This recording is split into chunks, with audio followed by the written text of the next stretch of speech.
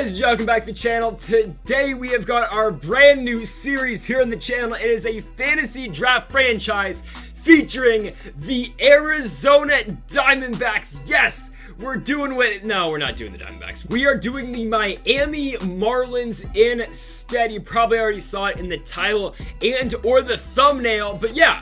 We're trying to bring Miami baseball back. I guess the Marlins have just been okay and kind of bad for the last couple of years, and we're going to do our fantasy draft franchise with them. So we don't get a great pick. We have pick, what, number 23. We're in the 20s. Yeah, and we missed down the top guys. Nolan Arenado goes 1, which is kind of weird. Soto goes early, then Betts, then Tatis, then Trout, then Bellinger, then Acuna, DeGrom, Judge, and Albies round out the top 10.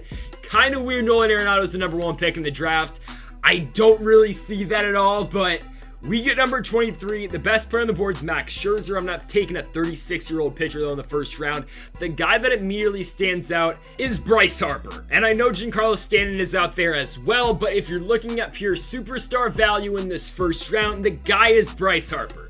Say what you want about the guy. Is he overrated? Is he underrated? I do not know. I tend to think he's underrated. Still a very good player in Harper. He's only 28 years old. He's just hitting his prime, and he's already won an MVP. I think he's got to be the guy. He's going to be playing for his 3rd NL East team.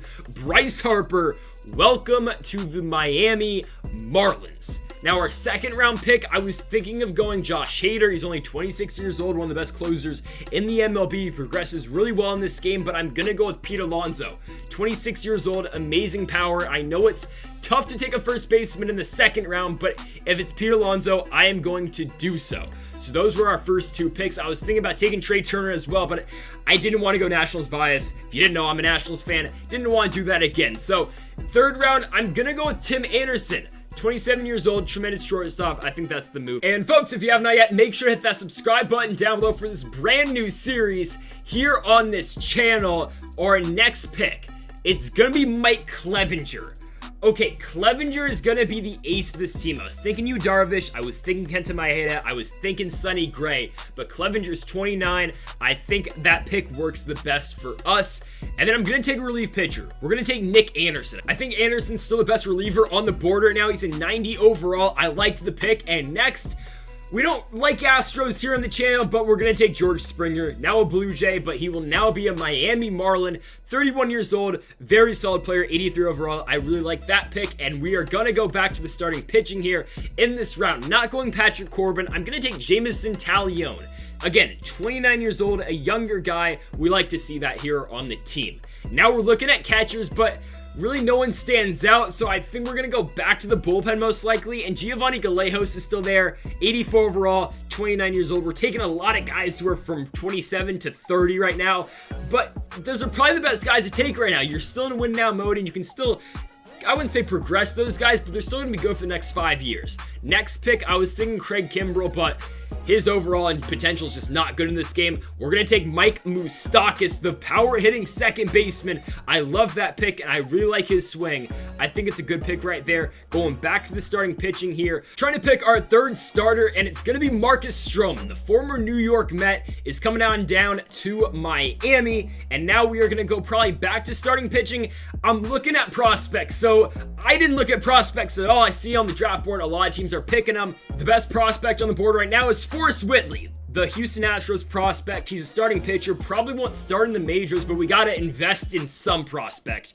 And Forrest Whitley is going to be that guy. And we also go to Josh Young from the Texas Rangers. He's a 3rd baseman. He will be in our development system. I like that pick too. 2 of the young guys for the future in Young and Whitley. We go Aaron Hicks in that round as well. A nice switch hitting outfielder for our team. We still only have 3 starters that are going to be on our main roster to start off the year. Sean Manaea will be the 4th. And we're going to go 3rd baseman here. Josh Young will not be ready for opening day. So I think we go back to another 3rd baseman. The guys on the board aren't great, but Eduardo Escobar sticks out. I think he's going to be the guy. Switch hitting 3rd baseman. He can play all over the field if you need him to. And we're going to now go catcher. Travis d'Arnaud's the best guy.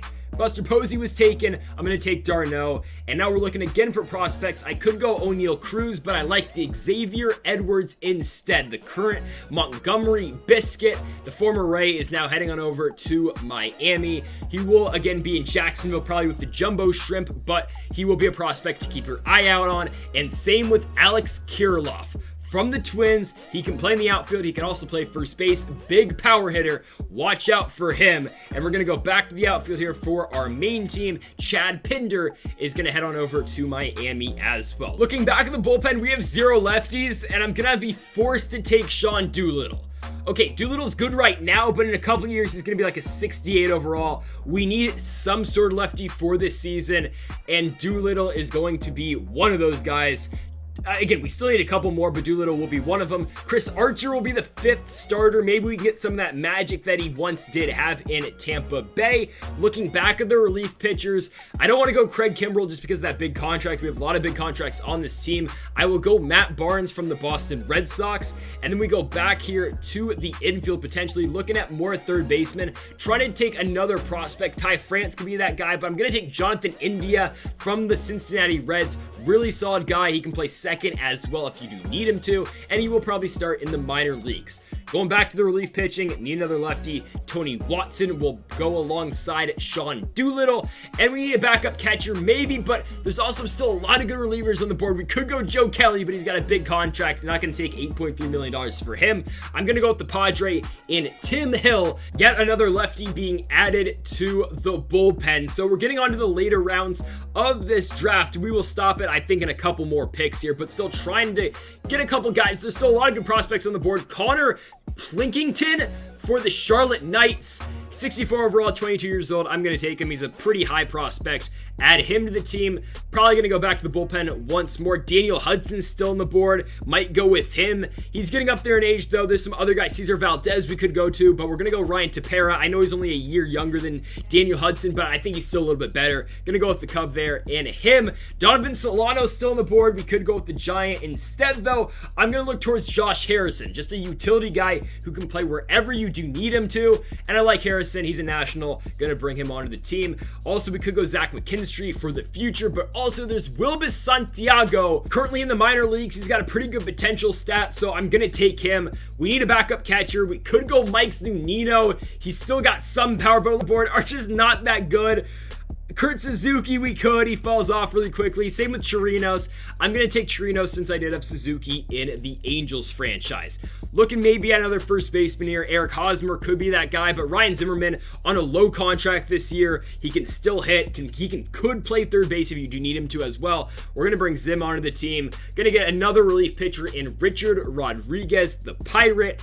And yeah, we're almost done here. Going to take probably a couple more players in this draft. Looking back at the relief pitching, Adam Simber's got a weird release point, so I'm going to take him. We are now in round 33, coming up on round 34. This might be my last pick right here. Might just take best on the board at this point. Brandon Crawford's only a 72, which is weird.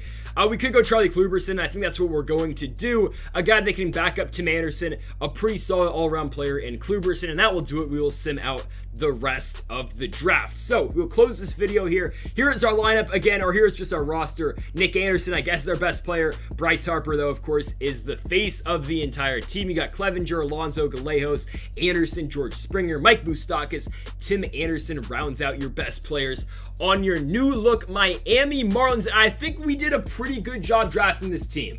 Here are the prospects, the top 50. We don't got a guy like Garrett Crochet or CJ Abrams or Michael Bush or even like a Kyle Isbell. We just have Forrest Whitley, who's good. I mean, don't get me wrong, he's 6'7" and he is a starting pitcher. So I'm thinking big things out of Forrest Whitley in the future, but unfortunately, he is our only top 50 prospect. Here is going to be our team for now. Our lineup: Anderson, Springer, Harper, Alonso, Moustakas, d'Arnaud, and Pinder. It could all change in the very near future. We're just going to go over the teams right now before we end up the video. Arenado's a Philly, Juan Soto's back in DC, and they also got Victor Robles as well. Interesting. Ramirez and Abreu are in Chicago. Garrett Cole is a member of the Reds. Bregman is in Milwaukee. DJ LeMahieu's the best player for the Pittsburgh Pirates.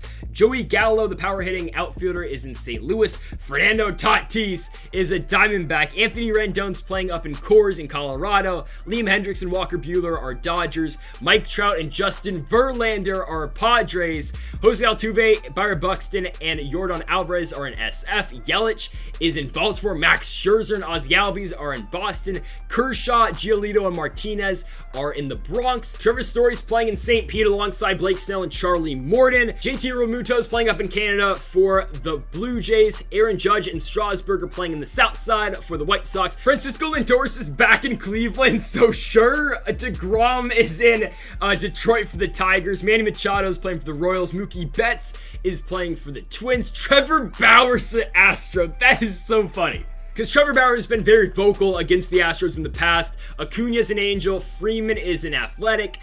Nola and Stanton are in Seattle playing for the Mariners. Chris Sale is a Ranger. Cody Bellinger is in Atlanta with that guy. Okay, and that will do it for all of the rosters. And folks, that'll do it for our first episode here of our fantasy draft franchise with the Miami Marlins. If you are excited for this series, make sure to hit that subscribe button down below and leave a like for this new series. And we will be out in the very near future with opening day with the Miami Marlins. The series will not be daily, but I'm looking to get this one out to you guys at least a couple times a week. We will see how it plays out. But folks, thank y'all for watching. If you have not yet, make sure to hit that subscribe button down below for more.